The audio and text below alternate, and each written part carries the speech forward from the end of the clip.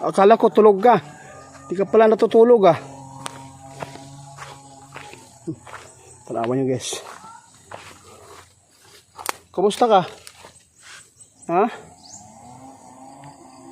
Pwede kitang tanggalan ng pusas kung hindi ka lang po magplano ng hindi maganda.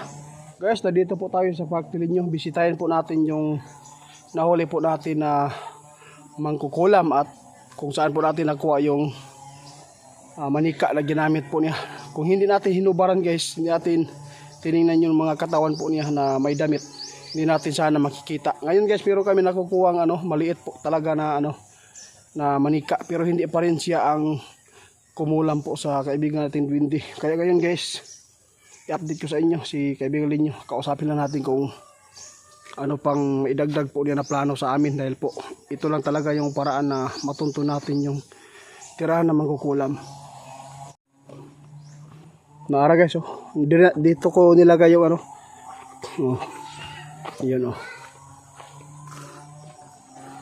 Uy, akala ko tulog ka. Di ka pala natutulog ah. Tanawan nyo guys. Kumusta ka? Ha? Pwede kitang tanggalan ng pusas kung hindi ka lang po magplano ng hindi maganda. Ha? Nakakaawa guys, tingnan kasi tao din sila eh. Pero huwag kayong mag-alala guys, di natin po muna tatapusin ito kung masolve po natin yung yung makalaban po natin yung at makita yung founder po nila na mangkukulam kung saan nagtatago, kasi siya po yung kumulam kay kaibigan Linyo. Linyo, salamat sa pagbantay mo dito ha. Kumusta man ka? Pasensya ka na, hanggang ngayon di ko pa na-solve yung problema guys. Hanggang ngayon daw guys, no? Nanghina pa si kaibigan Linyo. Sige lang po kaibigan ha. Sige lang po. Huwag ka lang mag-alala, basta nandito po siya. Ito lang talaga yung paraan na matunto natin. Salamat po kaibigan Linyo. Oo. Kini siya guys. Hindi natin to tatanggalan po ng pusas kung hindi po siya sumama sa atin. Kasi sabi po niya ayaw daw niya sumama eh. Ayaw po magkipag-usap na. Ayaw po daw niya sumama sa atin. Dahil po ay mapapatay lang daw siya kung sasama sa atin. Kaya dito na lang muna daw siya hanggat daw malagutan po daw siya ng hininga. Kaya ngayon guys, kausapin na po natin si kaibigan Linyo. Kaibigan Linyo,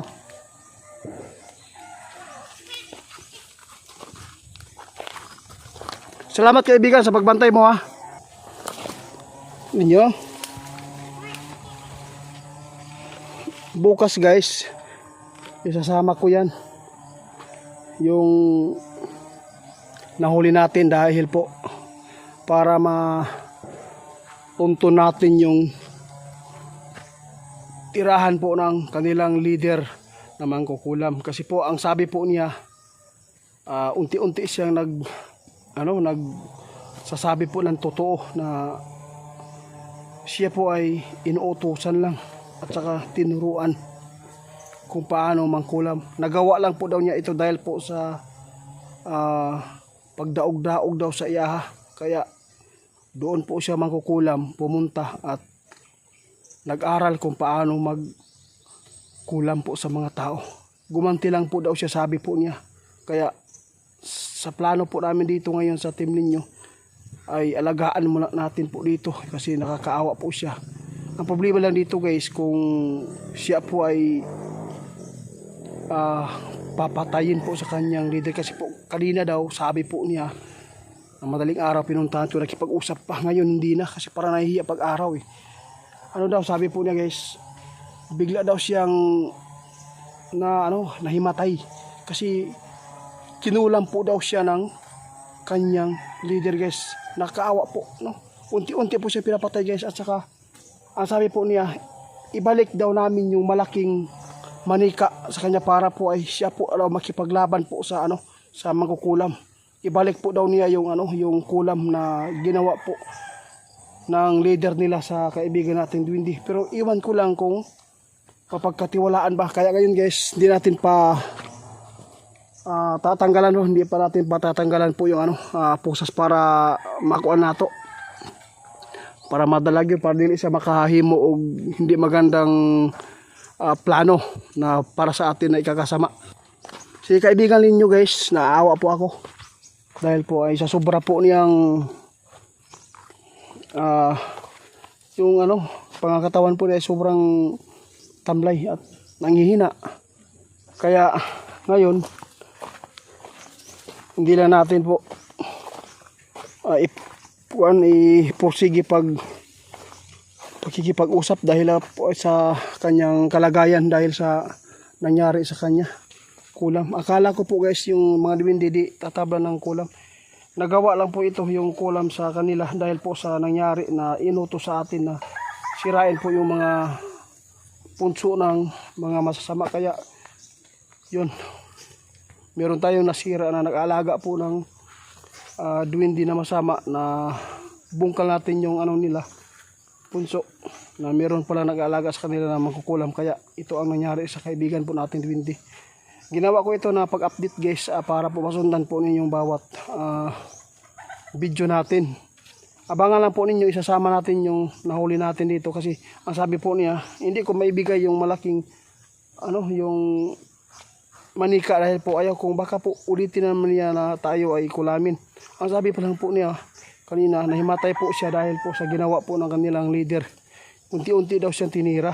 Ang sabi na kunin po daw niya yung ano, hiningi po niya yung ulit yung ano, yung manika na malaki para po magamit po niya, para ibabalik po daw niya ng kulam.